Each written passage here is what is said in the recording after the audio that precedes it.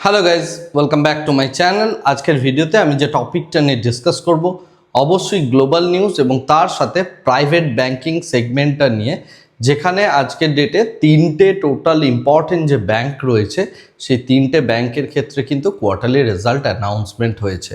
তো সেই কারণে আমি আজকে প্রাইভেট ব্যাংকিংয়ের মেন তিনটে ব্যাংক অর্থাৎ এইচডিএফসি ব্যাংক, আইসিআইসিআই ব্যাংক এবং ইয়েস ব্যাংক, এই তিনটে ব্যাংকের যে খুব ভালো রেজাল্ট এসছে সেই বিষয়টা নিয়ে কথা বলবো। আমার খুব ভালো বলার অর্থ আগামীকাল সকালে ইন্ট্রাডেতে বসে আপনি ধারাধার ট্রেড করবেন বা আমি যে বুলিশনেস বলছি সেইটা আপনি করবেন, সেটা কিন্তু একদমই নয়। আমি একটা ফাইন্যান্সিয়াল রিপোর্টের অ্যানালিসিস করছি, বিজনেস পার্সপেক্টিভ থেকে এক বছরে তারা কি করেছে সেই বিষয়টার একটা অ্যানালিসিস করছি। ডেফিনেটলি এই অ্যানালিসিসের ওপর ভিত্তি করে কালকে ইয়েস ব্যাংকের ক্ষেত্রে বা আপনি যদি দেখেন আইসিআইসিআই ব্যাংক, এইচডিএফসি ব্যাংক, এইগুলোর মধ্যে একটা ডেফিনেটলি মোমেন্টাম আসবে, রাইট? তার মানে এটা নয় যে এই স্টকগুলোকে আপনাকে ইন্ট্রাডেতে ট্রেড করতেই হবে।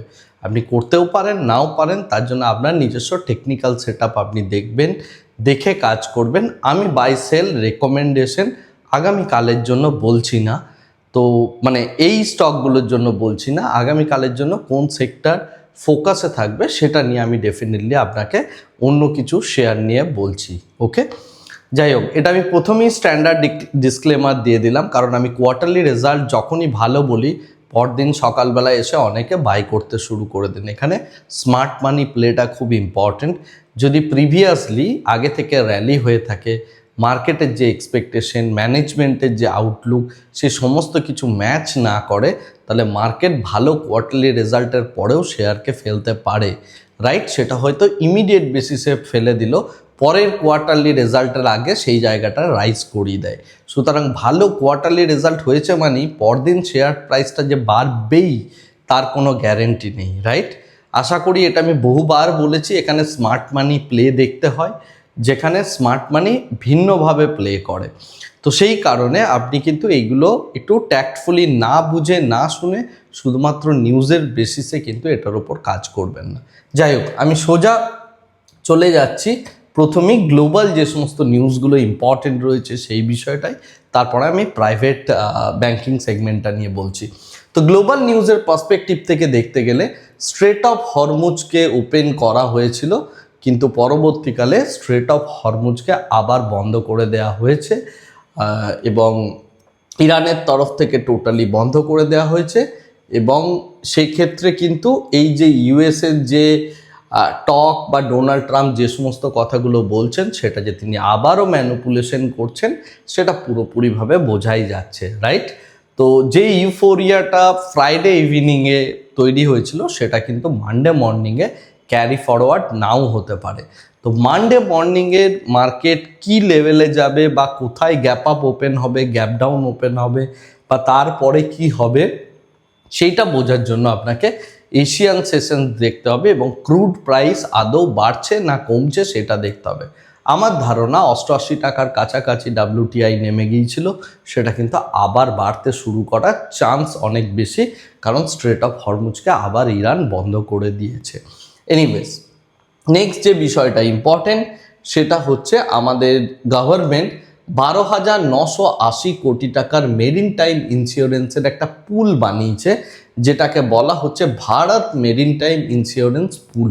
এক্ষেত্রে এই বিষয়টা ভীষণ ইন্টারেস্টিং একটা বিষয়, তার কারণ হচ্ছে এটা শিপ বিল্ডিং, পোর্ট ইনফ্রাস্ট্রাকচার এবং তার সাথে মেরিন টাইম যে ইন্স্যুরেন্স হয়, অর্থাৎ কোনো একটা জাহাজ একটা জায়গা থেকে আরেকটা জায়গায় যাচ্ছে, তো সেই ক্ষেত্রে তাকে ইন্স্যুরেন্স করাতে হয়, কারণ ঝড়ের সময় হয়তো সেই জাহাজটা ভেঙে পড়লো। বর্তমান দিনে যদি আমরা দেখি সেক্ষেত্রে এই যে বিভিন্ন মিসাইল হানা হতে পারে কোনো একটা জাহাজের ওপর, হয়তো স্ট্রেট অফ হরমুজের ওপর দিয়ে যাচ্ছে। রিসেন্টলি ভারতবর্ষের দুটো জাহাজকে এইভাবে মিসাইল অ্যাটাক হয়েছে, রাইট? এই সমস্ত নিউজগুলো আমরা অলরেডি পেয়েছি। তো এই বিষয়গুলো যদি হয়, তার জন্য আমাদের দেশীয় যদি কোনো একটা কোম্পানি থাকে এবং সেটা যদি গভর্নমেন্ট ব্যাকড হয়, তাহলে সেক্ষেত্রে কিন্তু এক্ষেত্রে একটা বড় রকমের ইন্স্যুরেন্স জাহাজ কোম্পানি বা যার জাহাজে এই বিষয়টা হচ্ছে তাকে কিন্তু পে করতে পারবে, রাইট? তো সেই কারণে আমাদের দেশে এই টাইপ অফ ইন্স্যুরেন্স খুব রেয়ারলি অ্যাভেলেবেল।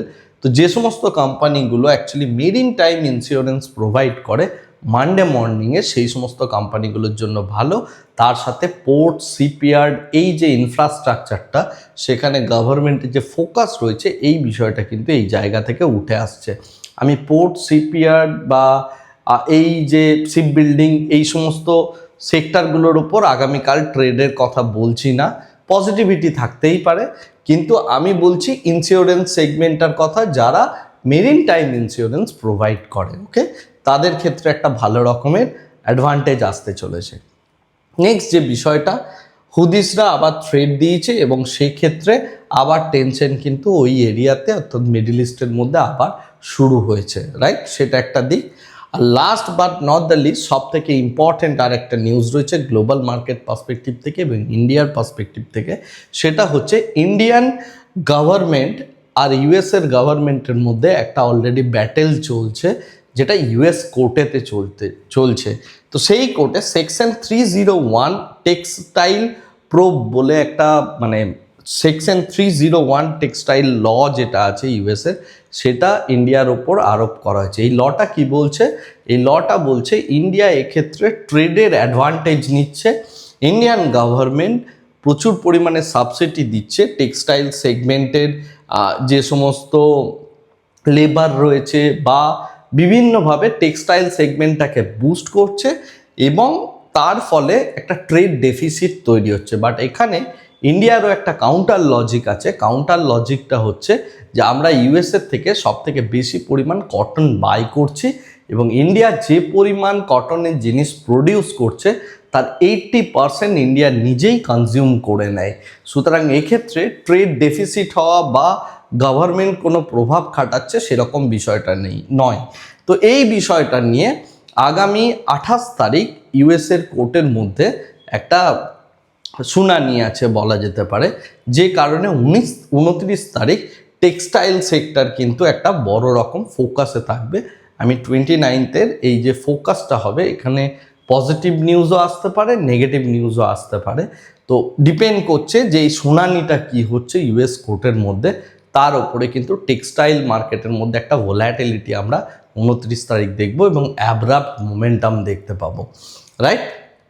যাই হোক, এরপরে আমি আসছি প্রাইভেট সেগমেন্টের যে বড় 3টে ব্যাংক যাদের quarterly result, annual report publish হলো, সেই রকম কিছু ব্যাংককে নিয়ে একটু ডিসকাশন করব। তো প্রথম যে ব্যাংকটা, সেটা আমাদের সব থেকে বড় private bank HDFC bank. HDFC ব্যাংকের ক্ষেত্রে আমরা যেটা দেখতে পাচ্ছি যে এইচডিএফসি ব্যাংকের net interest amount quarter on quarter কিন্তু বৃদ্ধি পেয়েছে, ইয়ার অন ইয়ারও আমরা বাড়তে দেখছি।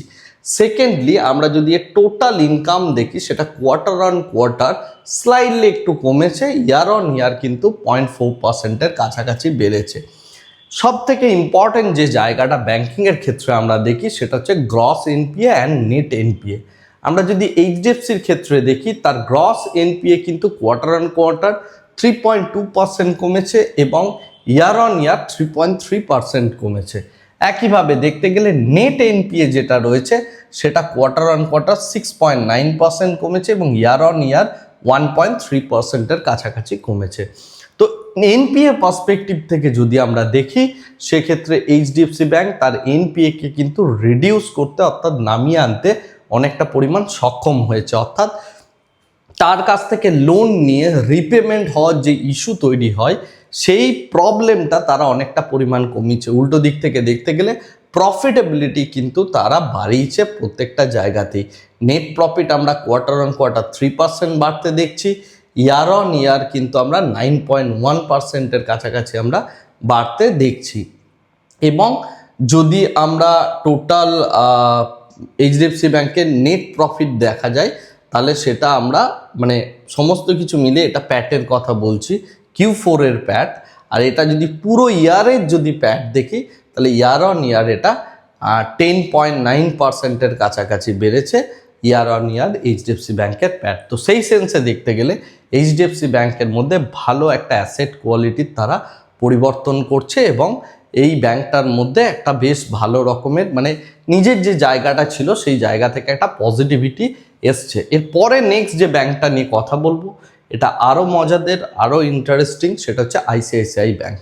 আইসিআইসিআই ব্যাংকের ক্ষেত্রেও একই জিনিস, নেট ইন্টারেস্ট ইনকাম বেড়েছে, টোটাল ইনকামের পরিমাণও বেড়েছে, নেট এনপিএ যদি দেখি সেটাও ডিক্রিজ করেছে, এবং এটা gross NPA net NPA both সেগমেন্টেই আমরা দেখতে পাচ্ছি এটা কিন্তু নিজের এনপিএকে রিডিউস করতে সক্ষম হয়েছে। সুতরাং এক্ষেত্রে এনপিএ কিন্তু বাড়ছে না। উল্টো দিক থেকে দেখতে গেলে আমরা যদি দেখি নেট প্রফিটের পরিমাণও বেড়েছে, এবং যদি ডিপোজিটের পরিমাণ দেখি ডিপোজিটের পরিমাণও এক্ষেত্রে আমরা 11%-এর কাছাকাছি ইয়ার অন ইয়ার বাড়তে দেখলাম। তো সেই সেন্সে দেখতে গেলে এর মধ্যেও কিন্তু একটা গ্রোথ স্টোরি রয়েছে। এখন মজার বিষয় হচ্ছে এই গ্রোথটা কার বেশি সেটা আমি জাজ করব কি করে, এইচডিএফসি নাকি আইসিআইসিআই। এই জায়গায় আমি একটা ইন্টারেস্টিং জিনিস বলছি, সেটা হচ্ছে আমরা যদি ইপিএস দেখি, ইপিএস এর গ্রোথ কিন্তু এইচডিএফসির ক্ষেত্রে ইয়ার অন ইয়ার 8.4% এবং 3%। আর সেই সেন্সে যদি আমি আইসিআইসিআই ব্যাংকের ক্ষেত্রে দেখি, আইসিআইসিআই ব্যাংকের ইয়ার on year 7.2%, quarter on quarter কিন্তু 20.9%। তো সেই সেন্সে দেখতে গেলে আইসিআইসিআই ব্যাংক এই মুহূর্তে slightly better position compare to HDFC bank, এটা বলা যেতে পারে ইপিএস এর কম্প্যারিজনে। কারণ এই ক্ষেত্রে এর আর্নিং পার শেয়ার আসছে 19 টাকা, আর ওখানে আর্নিং পার শেয়ার যেটা আছে সেটা হচ্ছে 12 টাকা কি 13 টাকার মতো। এনিওয়ে গ্রোথ কিন্তু আমরা আইসিআইসিআই একটু স্লাইডলি বেশি দেখতে পাচ্ছি, right, compare to HDFC bank. এরপরে আমরা কথা বলবো আরেকটা ইম্পর্টেন্ট ব্যাংকের নিয়ে, এবং সেটা হচ্ছে ইয়েস ব্যাংক।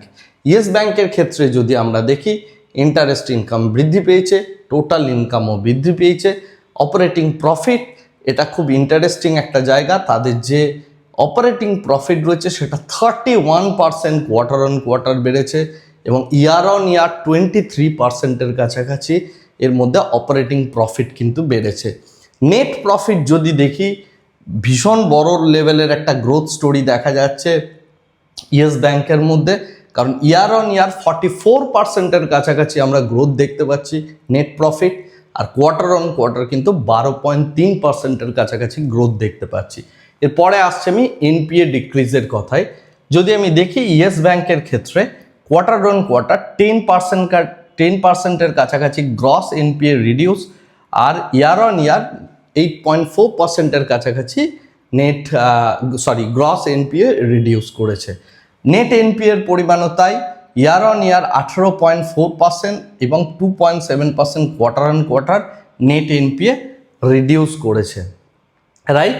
এর সাথে যদি আমরা দেখি এখানে অপারেটিং প্রফিট আমি বললাম, নেট প্রফিটের কথা যদি দেখি নেট প্রফিট 44% ইয়ার অন ইয়ার বেড়েছে, অর্থাৎ একটা ভালো রকমের গ্রোথ স্টোরি কিন্তু দেখা যাচ্ছে, এবং যে গ্রোথ স্টোরিটা কিন্তু অসম্ভব রকমের ভালো গ্রোথ স্টোরি বলা যেতে পারে, অর্থাৎ একটা টার্ন অ্যারাউন্ড স্টোরি কিন্তু এখানে তৈরি হচ্ছে, রাইট। সিমিলারলি আমরা যদি দেখি 2026-এর যদি আমি টোটাল ডিপোজিট দেখি, ডিপোজিটও 12% বেড়েছে ইয়ার অন ইয়ার।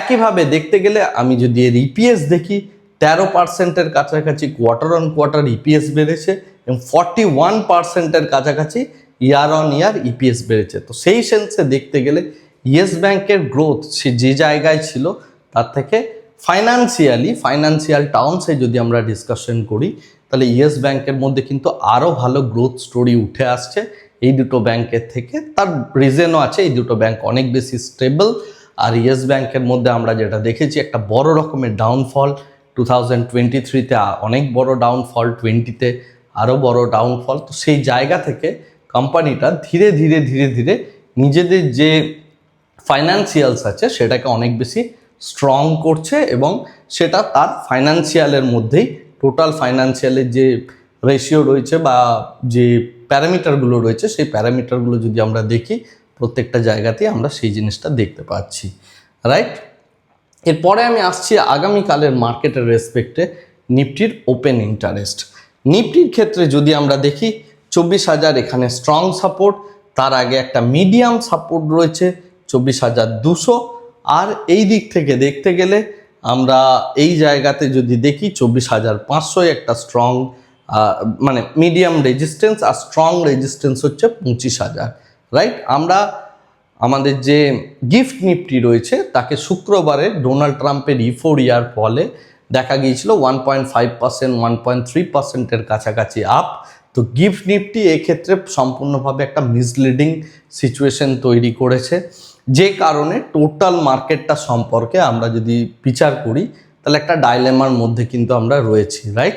অর্থাৎ একদিক থেকে দেখা যাচ্ছে 24,000 সাপোর্ট, আর উল্টো দিক থেকে দেখা যাচ্ছে গিফট নিফটি এক্ষেত্রে মোটামুটি 24,700, 800 এরকম একটা জায়গায় দাঁড়িয়ে, রাইট? তো সেক্ষেত্রে একটা বড় গ্যাপ তৈরি হয়ে গেছে ফিউচার মার্কেট এবং তার সাথে আমাদের যে স্পট মার্কেট রয়েছে এই দুটোর মধ্যে।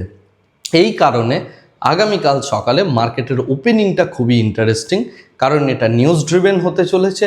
আমাদের মার্কেট ওপেনিংয়ের আগে বা আজকে রাত্রিবেলায় ডোনাল্ড ট্রাম্প ডেফিনেটলি একটা টুইট করবেন এবং সেই টুইটটা পুরো মার্কেটের যে মুভমেন্ট আছে বা পুরো মার্কেটের যে কন্ডিশন আছে সেটাকে রিভার্স করার জন্য যথেষ্ট হবে বলেই আমার মনে হয়।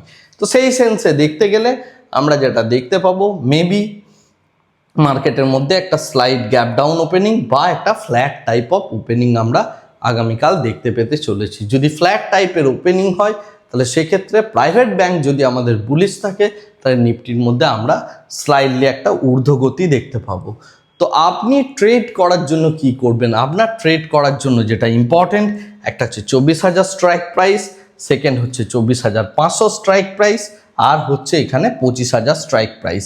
এই তিনটে স্ট্রাইক প্রাইসের মধ্যে যার ক্লোজে ওপেন হবে সেই জায়গার স্ট্রাইক প্রাইসের কি চেঞ্জেস হচ্ছে বা ওপেন ইন্টারেস্টের কি চেঞ্জ হচ্ছে সেই বিষয়টাকে খেয়াল রেখে আগামীকাল কিন্তু আমাদের গেমটা প্লে করতে হবে, রাইট? আশা করি বোঝা গেল আমি কি বলতে চাইছি। এরপরে বলছি, এই উইকের জন্য তিনখানা ডেটা আসতে চলেছে এবং এই তিনটে ডেটাই ভীষণ ইম্পর্ট্যান্ট। একটা হচ্ছে মানডে, ওয়েডনেসডে এবং থার্সডে। মানডে আমাদের ইনফ্রাস্ট্রাকচারের যে আউটপুট আছে ইয়ার অন ইয়ার, সেই ডেটা পাবলিশ হতে চলেছে। ওয়েডনেসডে আরবিআইয়ের মনিটারি পলিসি কমিটি যেটা রয়েছে তাদের একটা মিনিটস হবে, অর্থাৎ মিটিং করে তারা সেই বিষয়টা অ্যানাউন্স করবে। এবং থার্সডে আমরা যেটা দেখতে পাচ্ছি, S&P গ্লোবাল সার্ভিস এবং ম্যানুফ্যাকচারিং PMI ডেটা রিলিজ করবে। এই 3 দিন এই ডেটাগুলো কিন্তু ইম্পর্টেন্ট ইকোনমিক ডেটা আসতে চলেছে এবং যার বেসিসে মার্কেটের মধ্যে আমরা স্লাইডলি ভোলাটিলিটি এই দিনগুলোতে দেখতে পাবো, বা এই ডেটাগুলোও কিছুটা পরিমাণ মার্কেটের যে ড্রাইভার সেই ড্রাইভারের সিটে কিন্তু বসতে চলেছে, রাইট? তো এই হচ্ছে টোটাল ডিসকাশন আজকের ডেটে। আজকের ভিডিওটাকে আর এর থেকে বেশি দীর্ঘায়িত করছি না। আগামীকালের জন্য স্টক মার্কেটের মানে ইন্ট্রাডে বেসিসে যদি আপনি ট্রেড করতে চান, ইথানল রিলেটেড সেক্টরটার দিকে নজর রাখার চেষ্টা করবেন। প্রাইভেট ব্যাংকিং স্পেসটা অবশ্যই দেখবেন। প্রাইভেট ব্যাংকিং স্পেসটার মধ্যে আপনি বাই সেল যাই হোক না কেন, আপনি একটা নিজস্ব যে টেকনিক আছে সেই টেকনিকটা অবশ্যই ফলো করবেন এবং সেই টেকনিকের ওপর বশবর্তী হয়ে সেই অনুযায়ী আপনি ট্রেডগুলো নেবেন, রাইট? তো এই হচ্ছে টোটাল স্ট্রাকচার। আর আজকের ভিডিওটাকে আর এর থেকে বেশি দীর্ঘায়িত করছি না, ভিডিওটাকে এই জায়গাতেই শেষ করছি। Thank you very much, bye bye, tata.